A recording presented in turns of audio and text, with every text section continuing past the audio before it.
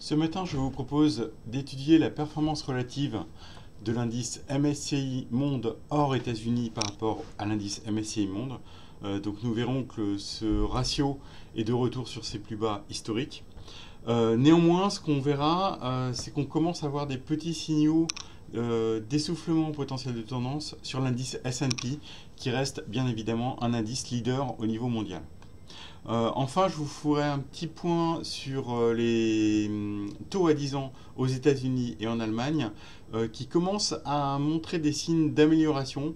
C'est-à-dire qu'on voit qu'on revient sur des résistances à 3% sur le 10 ans US et à 0,50 sur le 10 ans allemand. Donc si on commence sur la partie action, en haut vous avez un graphique de l'indice MSCI Monde hors États-Unis.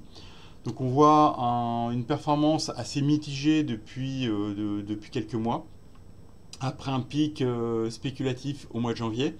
Donc ce qu'on voit, c'est que hors États-Unis, le reste des bourses mondiales est quand même dans une tendance assez, se caractérise par l'absence de tendance à court terme, avec un trading range qui se forme. Donc là, en fait, c'est un indice qui est hors emerging market. Donc marché émergent, ce qui matérialise clairement un indice mondial qui souffre hors États-Unis du fait de la hausse de la remontée récente du dollar et également d'une performance assez mitigée des bourses comme en Asie et également en Europe. Donc ce que vous pouvez voir en bas, c'est la performance relative de l'indice MSCI Monde hors États-Unis divisé par l'indice MSCI Monde. Donc ça traduit la performance relative du monde grosso modo par rapport aux États-Unis. Donc ce qu'on peut voir, c'est que ce ratio qui avait tenté de se stabiliser tout au long de l'année 2017 a replongé très clairement depuis début 2018 avec un premier point bas au mois de février, une tentative de rebond avortée et on replonge et on reprend la tendance baissière. Donc, clairement, ce qu'on peut voir, c'est que les États-Unis, notamment du fait du rebond du dollar au mois de mai, reprend son rôle de leadership. Donc c'est une tendance qui n'a pas réussi à s'inverser.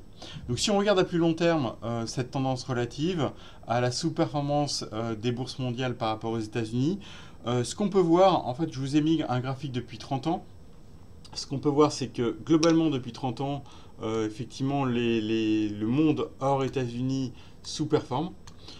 Et ce qu'on peut voir également, c'est que la surperformance des États-Unis par rapport au reste du monde, on peut dater le début de cette surperformance à 2007-2008, donc début de la crise des subprimes. Ce qu'on peut voir, c'est que cette surperformance est toujours en place et voilà, vous voyez le graphique précédent en plus long terme.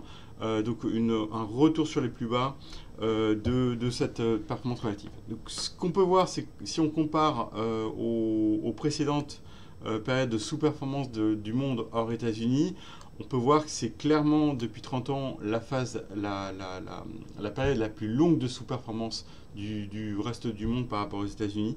10 ans de sous-performance. Et ce qu'on peut voir, c'est qu'on n'a pas réussi à mettre en place un reversal significatif. Alors, il y aurait un scénario un peu, qui me paraît assez crédible. Ça serait un scénario un peu comme ce qu'on a vu entre 99 et 2002, c'est-à-dire un arrêt progressif de la contre-performance du reste du monde par rapport aux États-Unis, qui pourrait durer un petit moment. Donc il se pourrait effectivement qu'on ait une exagération en ce moment de la performance relative des États-Unis par rapport au reste du monde, avec peut-être une phase de mean reversal qui pourrait s'amorcer prochainement. Ce qui validerait ce scénario de fin de surperformance des États-Unis par rapport au reste du monde, au moins à court terme, c'est si on regarde en deux marques la situation du S&P 500. Donc ce qu'on peut voir, c'est que mercredi dernier, donc le jour de la Fed, du FOMC meeting, on a complété un daily setup 9 sell, qui est un signal de trading, qui n'est pas un gros signal, mais néanmoins un petit setup 9 sell avec une réaction baissière suite à la Fed, proche, ça c'est ce qui est intéressant, proche d'une résistance assez importante à 2008. Donc on voit qu'on a en market timing une petite hésitation du marché sur des signaux court terme de trading plutôt topish.